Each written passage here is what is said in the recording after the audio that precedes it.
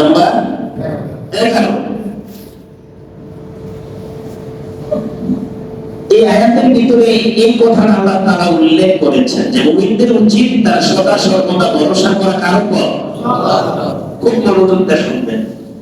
যদি আল্লাহর উপর ভরসা করে মুমিনেরা, তাদের কি কোনো ক্ষতি আসর করতে পারে না, কোন শত্রু তাদেরকে পরাস্ত করতে পারে না, কোন অপশক্তি তাদেরকে কাবু করতে পারে না। এই আয়াতের ভিতরে উল্লেখিত আছে। এই আয়াতটা সূরা মায়েদার 11 নম্বর আয়াত। এই আয়াত নাযিল হওয়ার পিছনে একটা সুন্দর ঘটনা রয়েছে। আজ পৃথিবীতে top of the country, top of the world,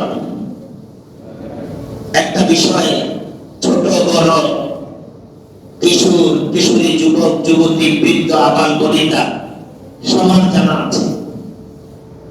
ইস্যুটা হলো ইসরায়েল এবং ফিলিস্তিন। ইসরায়েল এবং ফিলিস্তিন।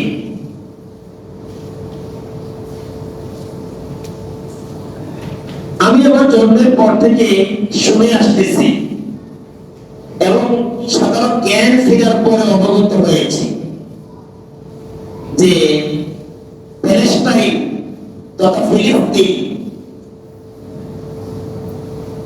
পাশাপাশি ইসরায়েল, তারা ছিল অস্তিত্বহীন। তাদের কোনো গন্তব্যস্থান বা স্থল নাই। এরা একটা সাধারণ জাতি, ইহুদি জাতি। এরা ইসলামের শুরুতেই পয়গম্বরের দুশমন, দ্বীনের দুশমন, কালিমার দুশমন এবং আল্লাহ আল্লাহ রাসূলের দুশমন এবং চির শত্রু মুসলমানদের এই সাধারণ জাতি। এরা পৃথিবীর বিভিন্ন ইতিহাস আছে, বিভিন্ন জায়গায় মাইর খাইতে খাইতে শেষ মাইরটা খাইছিল হিটলারের হাতে। কোথাও তারা আশ্রয় পায় না, শেষ পর্যন্ত এরা আশ্রয় নিয়েছিল ওই ফিলিস্তিনে। শেষ পর্যন্ত এরা ফাউন্ডেশন গাঁথতে গাঁথতে গাঁথতে গাঁথতে, আমরা প্রচলিত একটা ভাষায় বলি লাউয়া, আমাদের গ্রামের কথা বলে লাউয়া, লাউয়া ওরখা, অর্থাৎ আগাছা। আগাছা কাকে বলা হয়? যার কোনো শিকড় নাই, কোনো ফাউন্ডেশন নাই, একেবারে পরিষ্কার কথা, পরনির্ভরশীল। এইরকম একটা বর্বর জাতি ছিল এই ইহুদি জাতি। কিন্তু এরা চক্রান্ত করতে বড় এক্সপার্ট, এরা ষড়যন্ত্র করতে বড় এক্সপার্ট।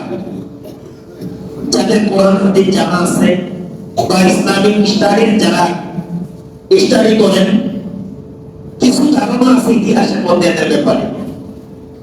কোরআন হাদিস বিশদভাবে যারা ইতিহাস করে মোতালা করে থাকেন, গবেষণা করেন, তাদের এই বিষয়টা পুরোপুরি ধারণা আছে। এরা ষড়যন্ত্র করার মধ্যে কি এক্সপার্ট। যদি নোবেল পায় কেউ ষড়যন্ত্রে, তাই এই ইহুদি বর্বর জাতি পাওয়ার উপযুক্ত। কিছুটা এখন মুসলমানদের মধ্যে আসর আছে, এই অভ্যাসটা, এই খাসলতটা এখন কিছুটা মুসলমানের মধ্যে এসে গেছে। যদি না এসে থাকে ভাইয়ের বিরুদ্ধে ভাই চক্রান্ত করে মুসলমানের পরিবারে, আছে না নাই? ভাইয়ের বিরুদ্ধে ভাই চক্রান্ত করে। এই চরিত্রটা কার বলেন তো? ইহুদিদের। বলেন এই চক্রান্ত, এই খাসলতটা কার? ইহুদিদের। এই হলো খাসলত। আর এটা এসে বসে এখন মুসলমানের মাঝে। এই বর্বর সাসাবর জাতি ইসলামের প্রথম থেকেই ষড়যন্ত্র করে আসছে। রাসূলের জামানায় রাসূল করিম সাল্লাল্লাহু আলাইহি সাল্লামকে এবং আল্লাহ রাসূলের আনিত বিধান ইসলামকে জমিনে প্রতিষ্ঠা করার ক্ষেত্রে, দাওয়াতের মিশনকে চালিয়ে যাওয়ার ক্ষেত্রে যত প্রতিবন্ধকতা, প্রতিকূলতা, পরিবেশ সৃষ্টি করেছে, এর মধ্যে ইহুদিদের অন্যতম হাত রয়েছে।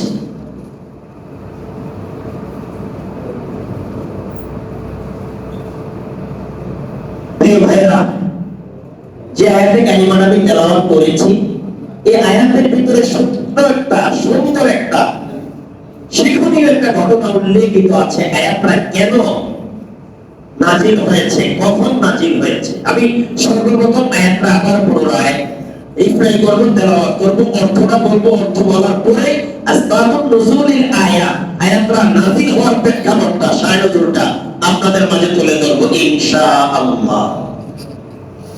রব্বুল আলামিন বলেন, ইয়া আইয়ুহাল্লাযীনা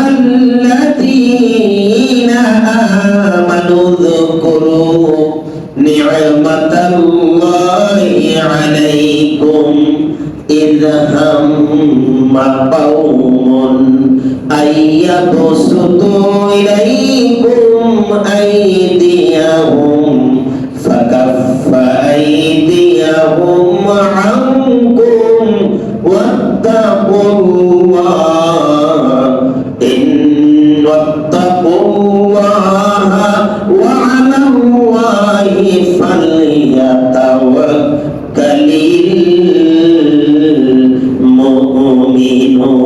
المؤمنون يا أيها الذين آمنوا ও ঈমানদারগণ, ও মুমিনগণ,